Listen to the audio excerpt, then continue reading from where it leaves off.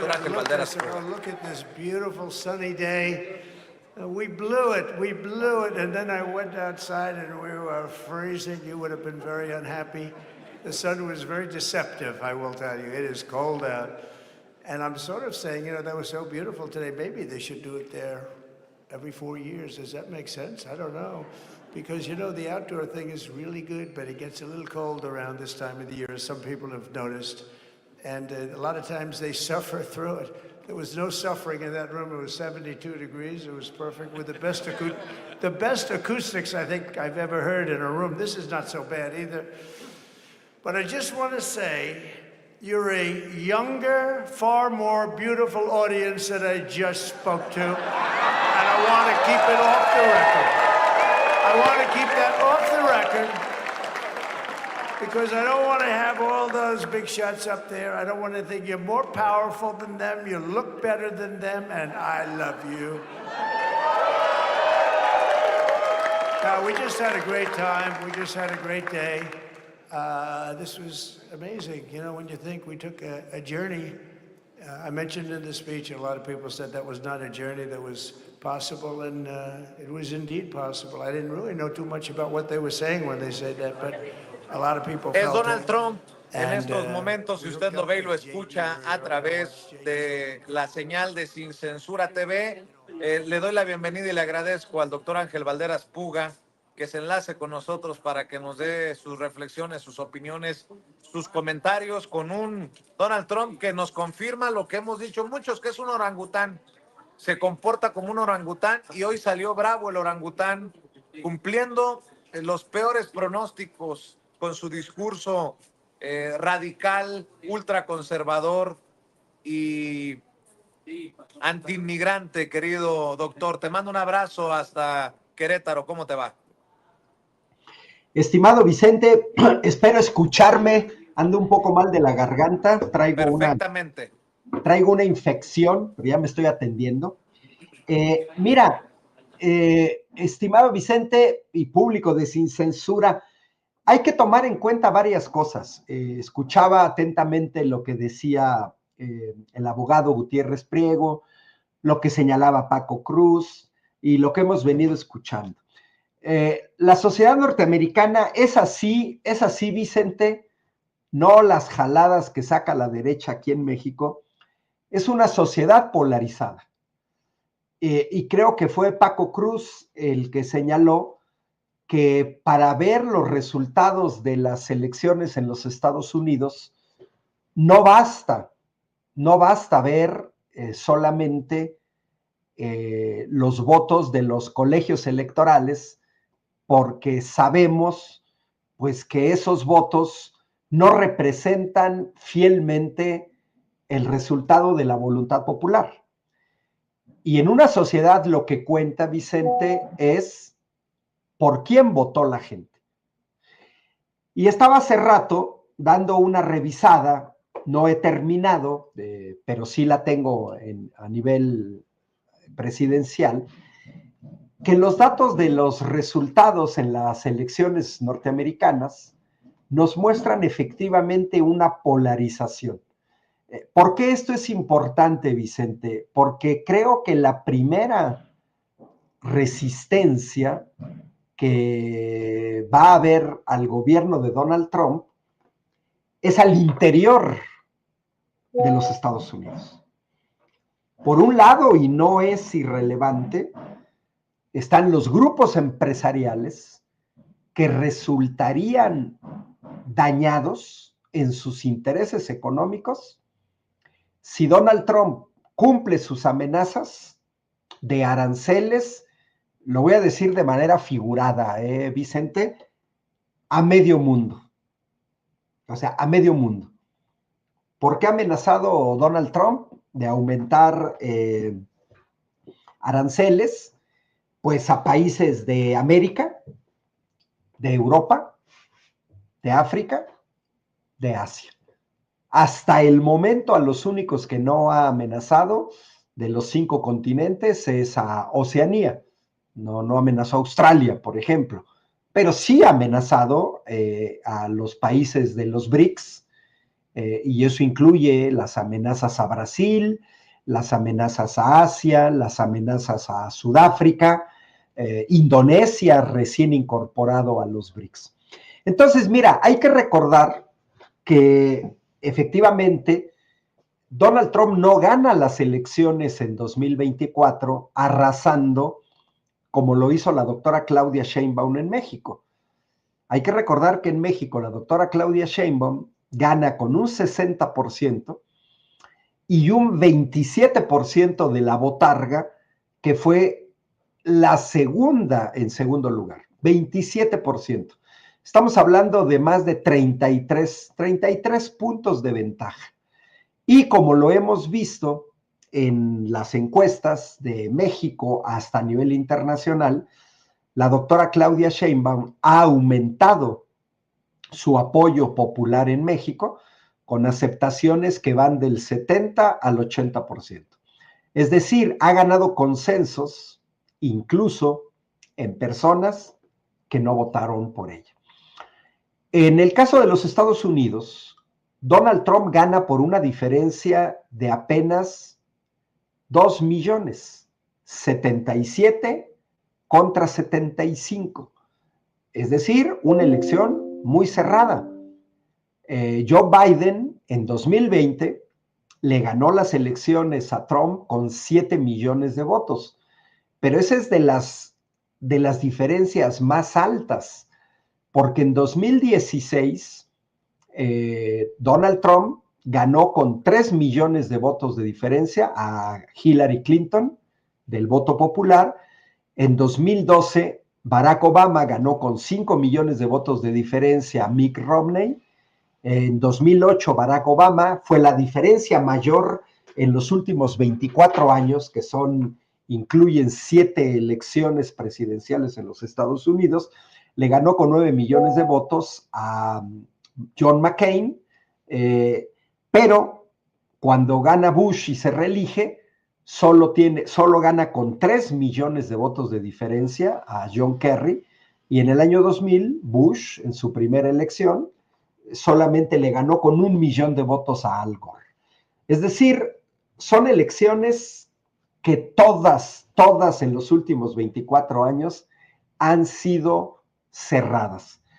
Y se dan casos como el de 2016, en que incluso el voto popular favoreció al Partido Demócrata.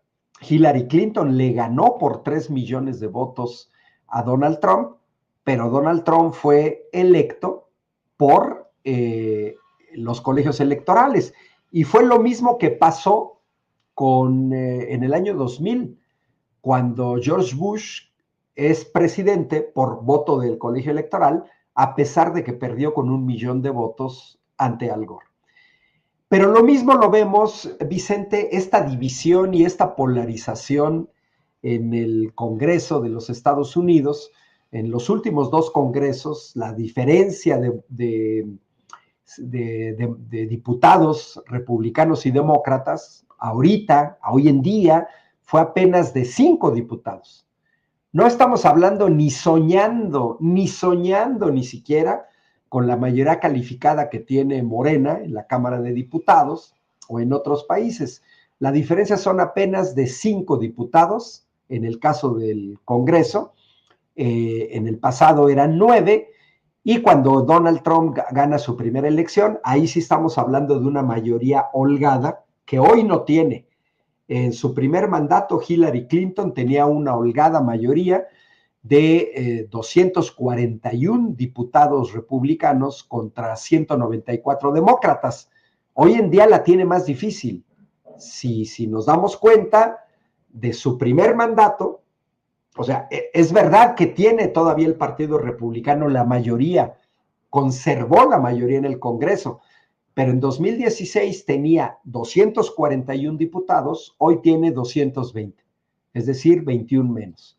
Y los demócratas, a pesar de no haber obtenido la presidencia, aumentaron el número de senadores de 194 a 215. Es decir, la tiene más difícil que en su primer mandato. Y si nos vamos a la cuestión de los senadores, Hay que tomar en cuenta que sí siguen manteniendo el Senado, pero más o menos se mantienen. El Senado es lo que más muestra esta polarización al interior de los Estados Unidos. Son 100 senadores, la mitad son 50 y 50. Hoy ampliaron su ventaja, ahí sí, el Partido Republicano, porque pasó de 50 a 53 senadores. Y en su primer mandato, con Donald Trump, había 52 senadores republicanos, hoy va a tener uno más. Y en el caso de los demócratas, pues perdieron un senador, tenían 48 con Biden y hoy en día tienen 47. Hay que tomar también que hay senadores que se declaran, igual en el Congreso, pero senadores que se declaran independientes. También por eso es que no se nota la diferencia, pero 6 senadores de diferencia entre el Partido Republicano y el Partido Demócrata. Digamos que es la misma diferencia, exactamente la misma diferencia que tuvo en su primer mandato. Y los 2 senadores independientes que hubo en 2016, pues a veces toman posturas a favor del Partido Demócrata, del Partido Republicano. Entonces, esa es una cuestión, Vicente, que hay que tomar en cuenta. Va a haber, no lo quiero decir candados, porque también hoy en día Trump está mejor posicionado en términos de la Corte Suprema de los Estados Unidos. Hay más jueces conservadores, por lo tanto tendrá jueces más afines para sus políticas. Pero es una sociedad polarizada y casi podemos decir mitad y mitad, mitad y mitad. Y eso va a ser para mí es el primer obstáculo que tiene Donald Trump, es al interior de los Estados Unidos. Y bueno, también otro detalle, eso es la parte interna. La parte externa ha amenazado a medio mundo, comenzó con nosotros, con Canadá y con China.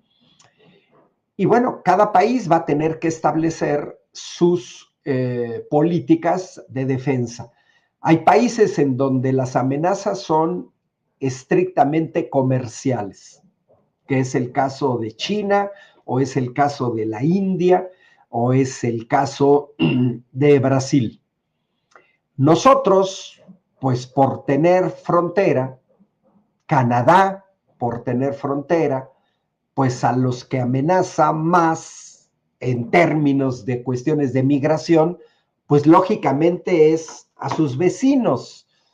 Ya no estamos hace 120 años en donde las migraciones, la principal migración, en plural, las principales migraciones o los que llegaban a los Estados Unidos eran de Europa.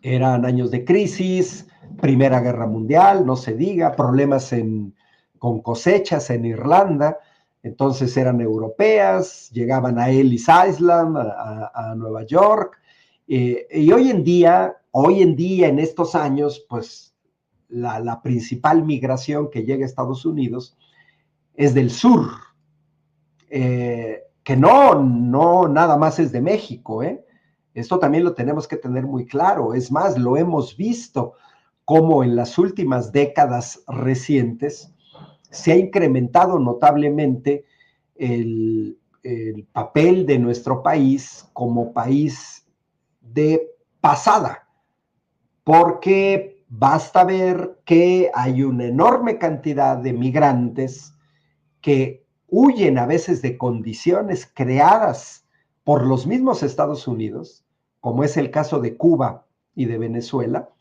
países a los que tiene bloqueados, que generan una disminución en el nivel de vida de las poblaciones y una vía de escape lo es, pues, huir. ¿Y hacia dónde van?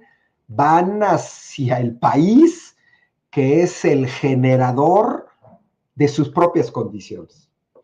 Efectivamente, esto lo señalaba mucho Andrés Manuel López Obrador, lo sigue reafirmando la doctora Claudia Sheinbaum en su estrategia de seguridad, ambos, pero es el caso mismo de la migración. Cuando no se atienden las causas, el problema no se resuelve.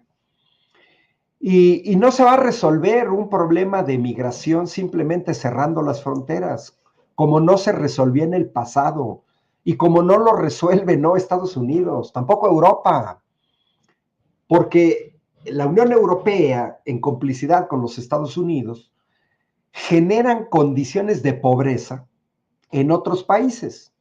Mira, ¿quiénes detonaron la guerra en Ucrania? Europa y Estados Unidos, la OTAN. Millones de migrantes de Ucrania huyen de la guerra, promovida por Europa y Estados Unidos. ¿Y a dónde van los migrantes ucranianos? Pues no van a Estados Unidos, no van a Sudáfrica, no se van a Arabia Saudita, se mueven a los países vecinos. Y en los países vecinos, pues hay Donald Trumps, chiquitos, trompitos, que están en Polonia, que están en Alemania, pues porque estos países, estas personas que emigran de la guerra en Ucrania, pues emigran no a economías más débiles. Sí emigran también, porque cuando huyes de la guerra, pero no es que huyas, por ejemplo, a Rumanía, no es que, por ejemplo, se quejen o se vayan a Austria, o les cuesta mucho más trabajo llegar a Francia, ¿no? Sino que en realidad, pues Ucrania dicen, a ver, ¿a dónde voy a emigrar? Bueno, pues una parte emigra a Rusia porque se sienten más cercanos a Rusia, pero difícilmente emigran a Bielorrusia. Digamos, huyen a los países cercanos, que sería Polonia, ¿no? Si huyen a Moldavia, a Rumanía, Eslovaquia, Hungría, que son países limítrofes, lo hacen, pero como en el caso de México, para tratar de llegar a países con una economía mejor, que es Alemania. Pero esto es lo que yo quiero señalar, Vicente, es que no es un caso en particular lo que sucede en México. Esa es la posición de las derechas anti-inmigración, es que no asumen su responsabilidad en las causas profundas de la inmigración. Europa se queja de los emigrantes africanos, pero ellos son los que generaron la pobreza, el expolio de las riquezas en África. Ellos generan las causas de la migración. Y así es como vemos, a Selene García le dio risa que dije los trompitos, pues sí, porque son trumps enanitos, ¿no? Uno de ellos, por cierto, Vicente, estuvo hoy presente ahí, Víctor Orbán, es un trompito húngaro, primer ministro de Hungría, porque, pues, repito, ahora la migración, antes te recordarás, pues era México, y ha habido migración regulada, por ejemplo, en la Segunda Guerra Mundial, con el programa Braceros. Hoy en día viene la migración de países agredidos por Estados Unidos, que con bloqueos económicos llevan al empobrecimiento de la población, que en parte por desesperación dejan a sus países, Cuba y Venezuela. Pero no solo es Cuba y Venezuela, ahí está, por ejemplo, un tercer país, Honduras, del cual los Estados Unidos promovieron y sostuvieron el golpe de Estado contra Manuel Zelaya, presidente legítimo de Honduras, y generan el empobrecimiento de la población. Hoy retoma con Xiomara Castro un gobierno progresista, pero no puedes detener la migración fácilmente. Está la migración de un tercer país sancionado por Estados Unidos, Nicaragua. Y está otro país, El Salvador. Muchos de los migrantes salvadoreños que fueron a Estados Unidos emigraron de la guerra civil promovida por los Estados Unidos para que la izquierda no llegara al poder. Hay migración de Guatemala. En 1954 el gobierno de los Estados Unidos promovió el golpe de Estado contra el presidente Jacobo Arbenz. Y de ahí puro gobierno militar y entonces gran parte de migración. En Haití, Estados Unidos también promovió, apoyó golpe de Estado en Haití. Otro de los grandes grupos que emigran a los Estados Unidos, Haití. Y ahí incluimos también a República Dominicana, Perú. Viene el golpe de Estado técnico contra la destitución de Pedro Castillo y está la señora Dina Boluarte. Generas condiciones de pobreza, emigras. Está también el caso de Ecuador, después de Rafael Correa, se interrumpe un gobierno que promueve la distribución de la riqueza, la gente emigra. Colombia, hasta antes de la llegada de Gustavo Petro, quizás menos en términos de proporción, pero todos estos grandes grupos que emigran, que atraviesan, que su trayecto de migración comienza en la parte norte de Sudamérica y que atraviesan Centroamérica, que atraviesan México, no porque se quieran quedar en México, sino porque van hacia los Estados Unidos, y a eso hay que ir sumando también la emigración centroamericana y lógicamente también la migración mexicana. Y mira, basta ver también, Vicente, quiénes fueron los invitados, porque se hizo mucho escándalo que por la derecha mexicana, que porque no invitaron a Claudia Sheinbaum. Ya se les ha contestado de mil maneras, con palitos y bolitas, que en Estados Unidos no es un protocolo, nunca lo ha sido, que se invite a otros o a otras presidentas de otros países o primeros ministros. Eso nunca ha sido. Ya a Peña Nieto no lo invitaron cuando gobernaba, ni a Felipe Calderón, ni a Vicente Fox. O sea, ¿qué estupideces dicen? Es que no invitan a Claudia Sheinbaum como si se tratara de una cuestión de que a Claudia Sheinbaum no le invitan porque no quieren a la 4T. No, o sea, esas son tonterías. Mira, basta revisar un poco la lista de la gente que se invitó para darnos una idea de cuál fue la lógica para invitar a personajes a la toma de posesión. Por ejemplo, de América Latina, ¿a qué jefes de gobierno se invitó? Solamente a 4, punto, nada más, a 4, ya, y a 4, del único país un poco más relevante de los 4, fue Javier Milei de Argentina.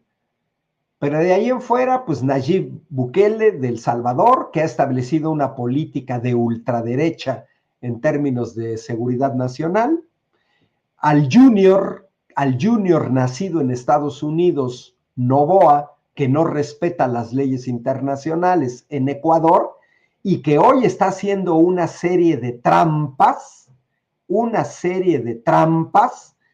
para mantenerse en el poder en Ecuador. Fíjense, la ley dice que el señor se quiere reelegir, pero se quiere mantener fungiendo como presidente, no quiere renunciar a su cargo.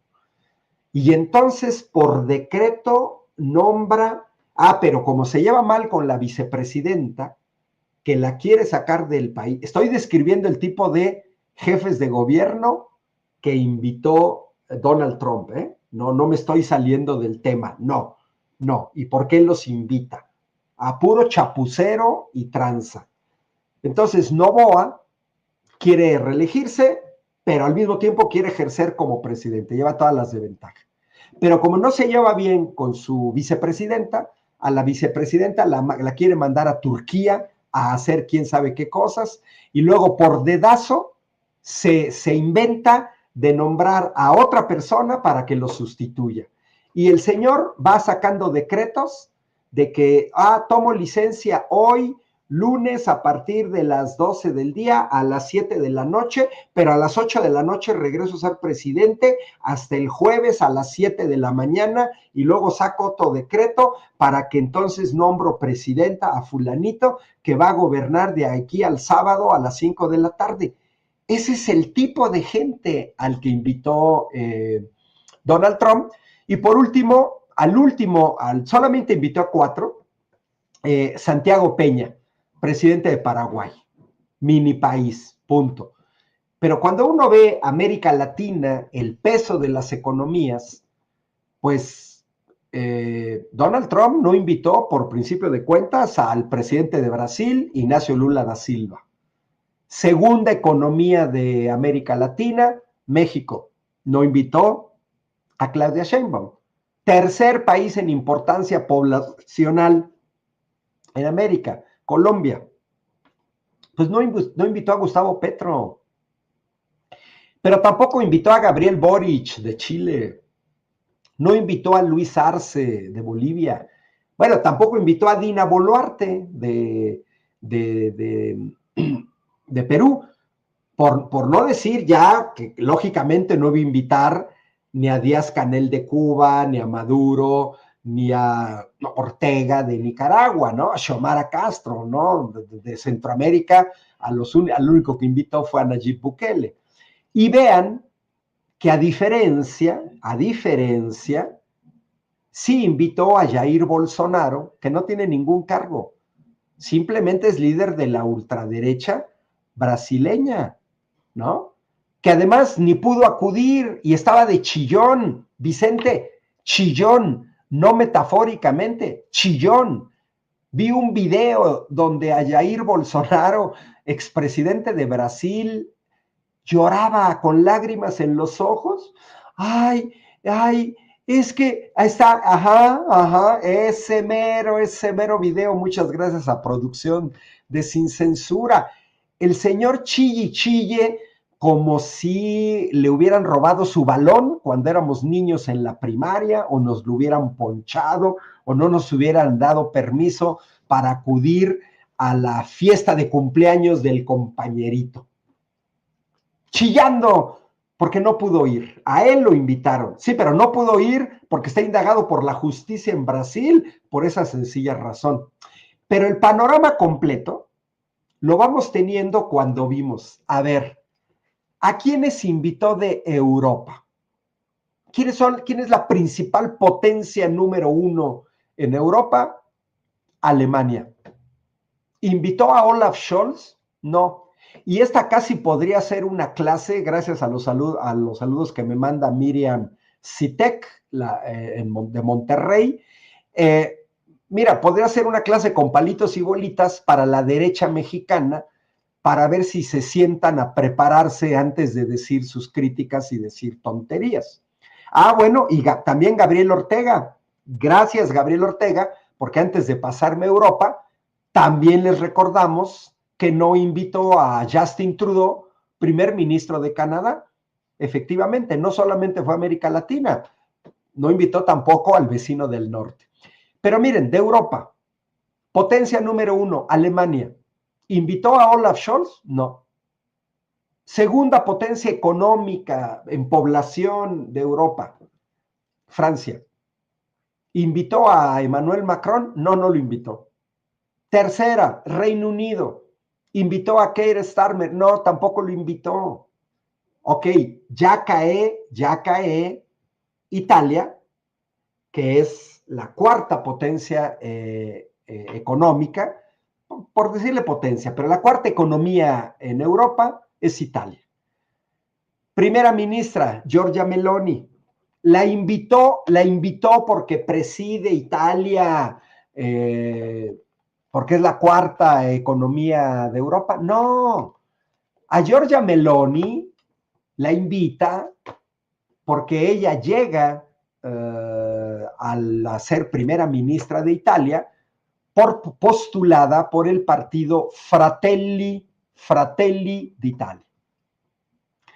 Esta señora, Giorgia Meloni, para que se den una idea por qué la invitó y por qué no invitó a Claudia Sheinbaum, porque Giorgia Meloni a los 15 años se incorporó al llamado Fronte de la Juventud. Fronte de la Juventud. Y le diría a Lourdes Amador, dice, Alemania ya ni es potencia, tienen una crisis severa. No, yo le diría a Lourdes Amador que si revisa los datos, Alemania se mantiene, a pesar de su crisis, por encima de Francia, del Reino Unido, de Italia, y con mucho, porque como dice el dicho, más tiene el rico cuando empobrece que el pobre cuando se enriquece. O sea, tú estás acá de diferencia, acá estaba Alemania antes de la guerra de Ucrania, acá estaban los demás países, con la crisis derivada de la guerra de Ucrania y el encarecimiento del gas para Alemania, Alemania ha bajado, sí es cierto. ¿Los demás han subido? No han subido. No han subido porque ni Francia, ni el Reino Unido, ni Italia han subido. Simplemente Alemania bajó, pero se mantiene arriba, se mantiene arriba. Todavía es la principal potencia europea. No se nos olvide que Alemania tiene 80 millones de habitantes y que también para ser una potencia económica se requiere tener un gran número de población autóctona. Y si no, pues que me digan qué país mini con 5 millones de habitantes es una gran potencia. Noruega es una economía fuerte, pero tiene nada más 5 millones de habitantes. Pues no le llega a Italia. Italia tiene 60 millones de habitantes. Entonces, en términos de potencia, que además tampoco es polémica, es simplemente señalarlo, estaba hablando de los invitados y de por qué invitó a Giorgia Meloni, para que nos quede claro. Decía que la señora a los 15 años se incorpora al Fronte de la Juventud.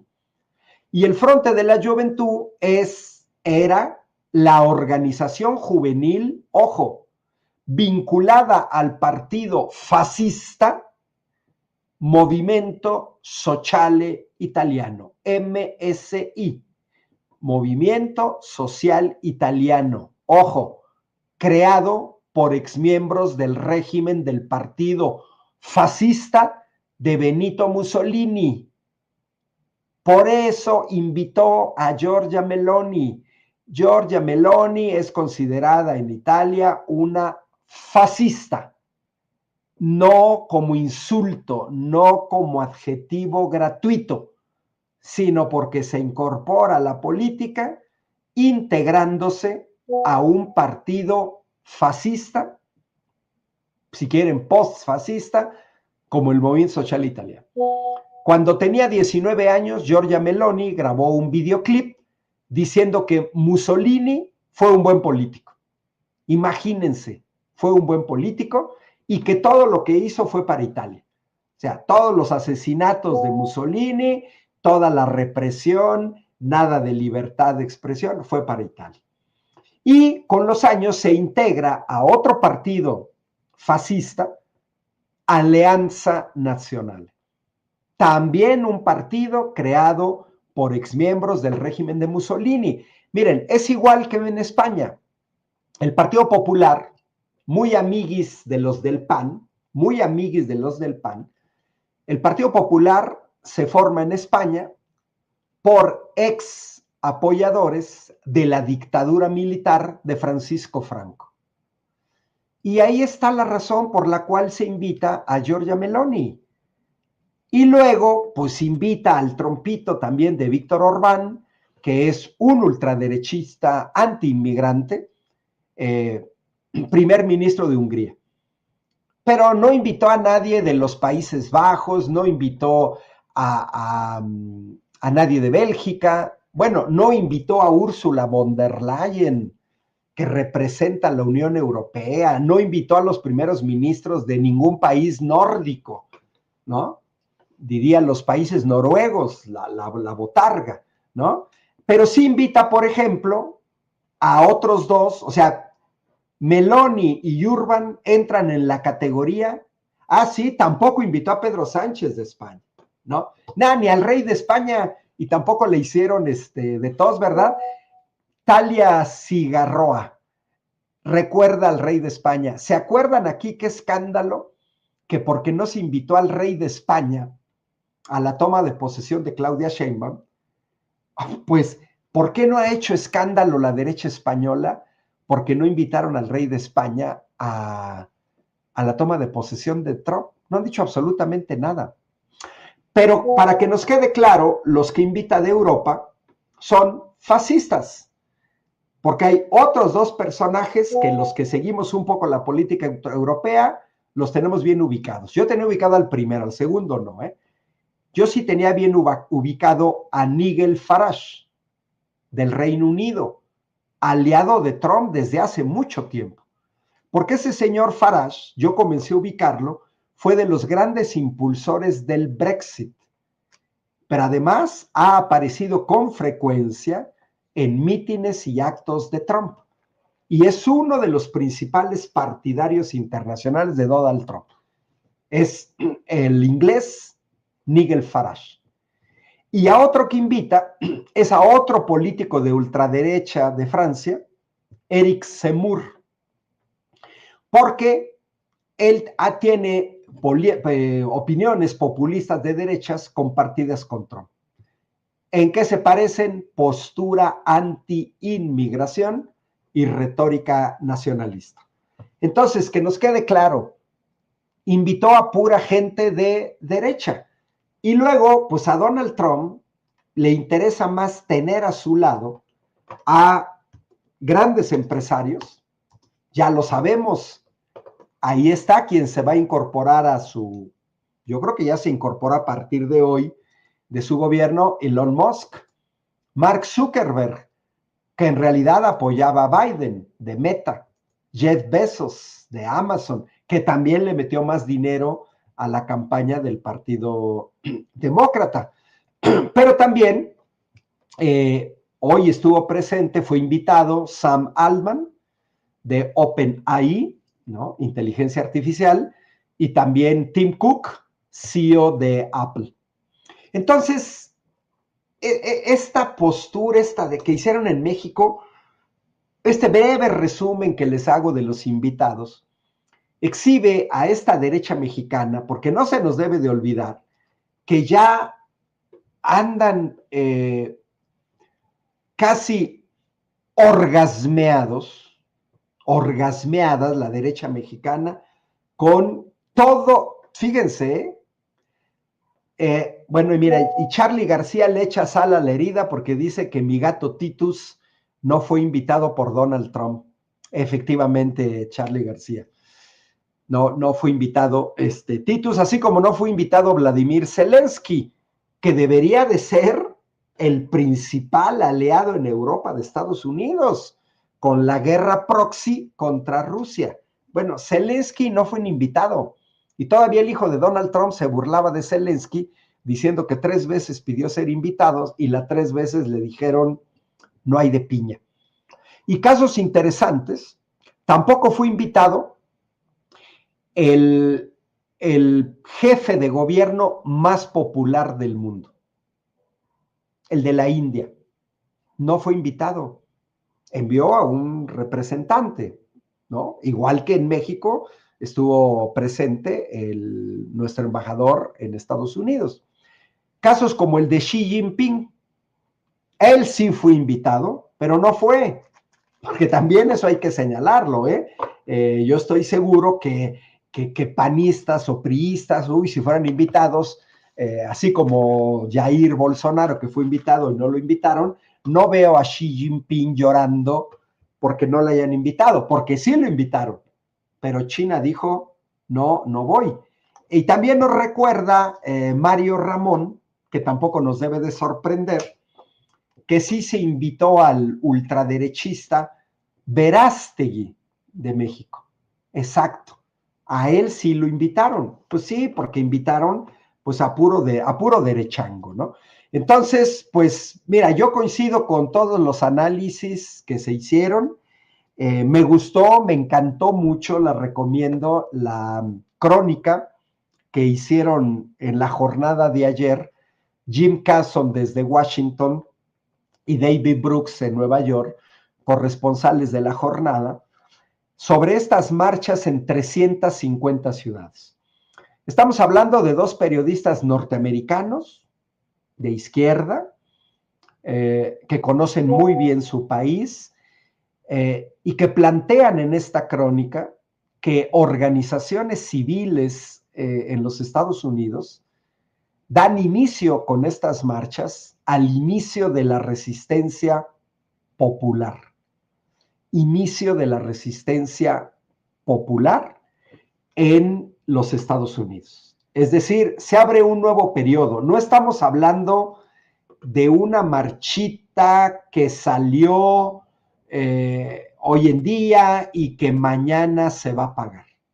De acuerdo a lo que escriben Casson y Brooks en la jornada, estamos hablando más bien del inicio de una etapa de organización, de organización, en la que vamos a ver y vamos a comenzar a ver una serie de resistencias, las visibles las vamos a ver en piquetes, en mítines, en marchas, en distintas grandes ciudades, sobre todo donde se va a poner más duro, desde mi perspectiva, es en todas aquellas ciudades y zonas que se han declarado ciudades santuario para proteger a la población migrante.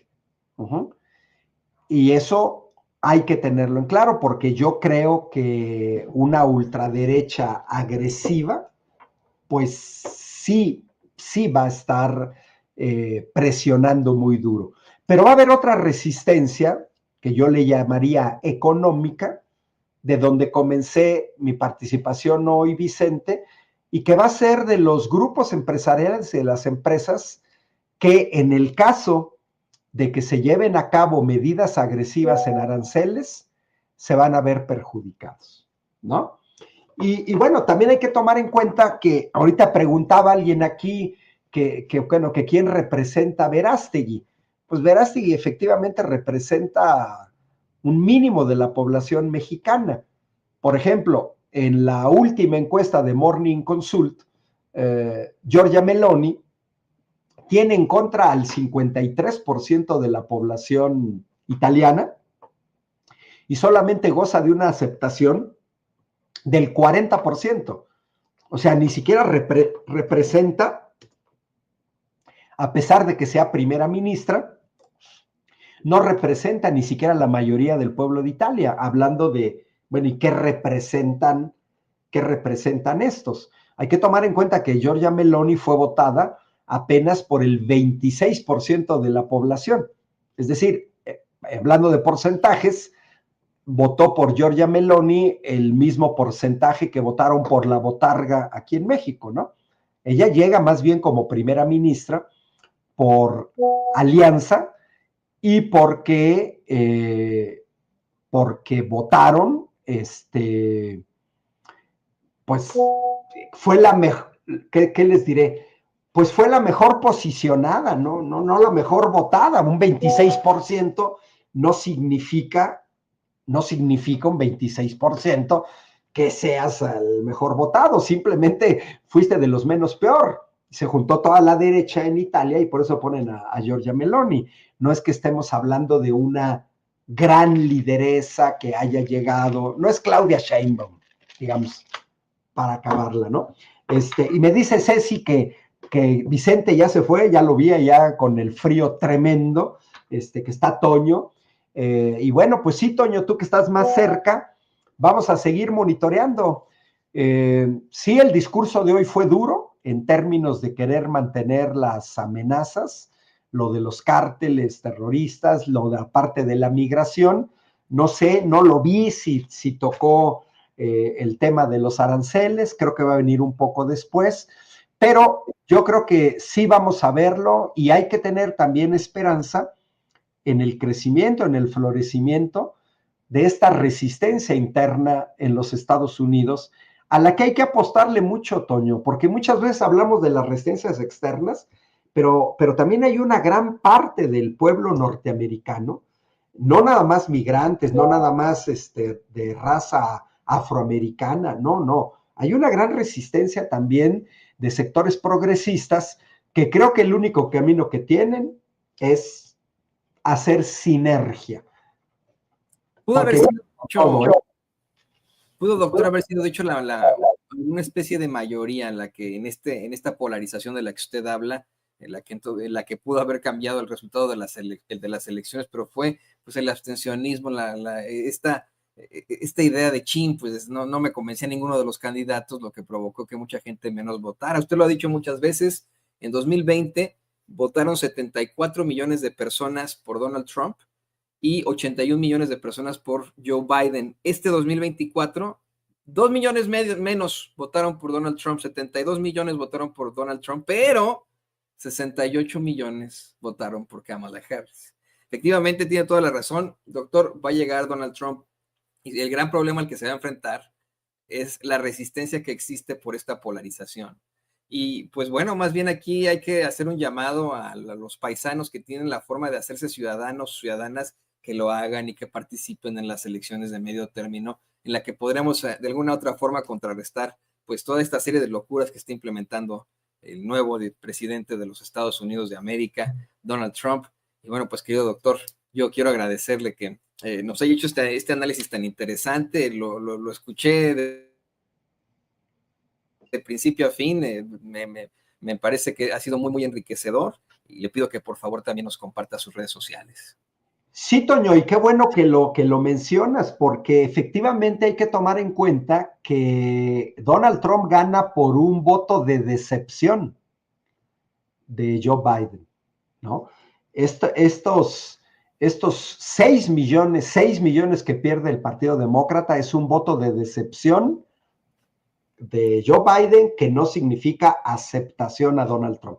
Y a veces como electores, pues también tenemos que entender, querido Toño y público de Sin Censura, que a veces uno hasta se tiene que tapar la nariz y votar por la opción menos peor, porque de otra manera las cosas se ponen candentes.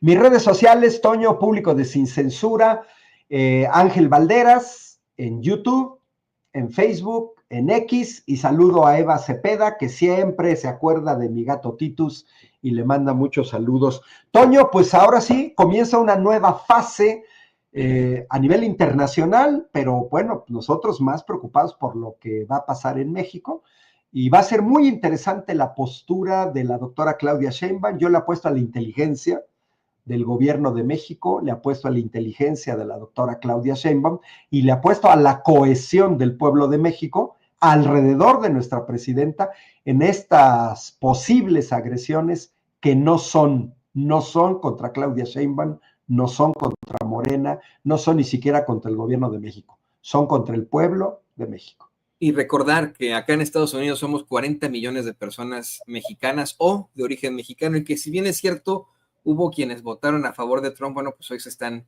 enterando de mucho, se están dando cuenta que fue un grave error. Doctor, le mando un abrazo y muchas gracias. Espero que podamos seguir con la comunicación durante la semana. Es muy importante que podamos tener aquí sus análisis que constantemente, bueno, pues se cumplen estos. Saludos, Toño, a la próxima y saludo a todo el público de Sin Censura. El doctor Ángel Valderas Puga, especialista en petróleo y energía aquí en Sin Censura. Muchas gracias. Y sabe qué, esto que nos menciona el doctor sobre lo polarizada de la sociedad y cómo se dio este voto de castigo, el voto de castigo se dio con ese 10% en México que a mí tanto me preocupa. De que siempre hablamos de cómo es que hay un apoyo de 8 de cada 10 mexicanos a la presidenta Claudia Sheinbaum en cuanto, bueno, a su respaldo como gobierno que le ha dado a la gente, esto según las últimas encuestas. Le hablamos de cómo es que se trata de 1%, bueno, un 10%, es decir, 1 de cada 10, que la odian a ella y a la Cuarta Transformación de manera patológica, pero ese otro 10%, pertenece a personas a las que no les importa la vida, que no les gusta votar, que se declaran apolíticas, que no quieren participar, y esos son los más peligrosos. Aquí lo estamos viendo en Estados Unidos. Si la gente hubiera cambiado de opinión, hubiera participado a pesar de lo muy malos de los candidatos que tuvimos en estas elecciones, que efectivamente votamos entre popó y caca, si hubiéramos votado todos, tal vez la situación sería distinta. Y ahí están las cifras, ahí están cómo es que efectivamente votaron 2 millones menos de personas por Donald Trump, pero por el Partido Demócrata, gran responsable de esta catástrofe para los Estados Unidos, votaron muchísimos menos, quiero decir, de lo que se esperaba.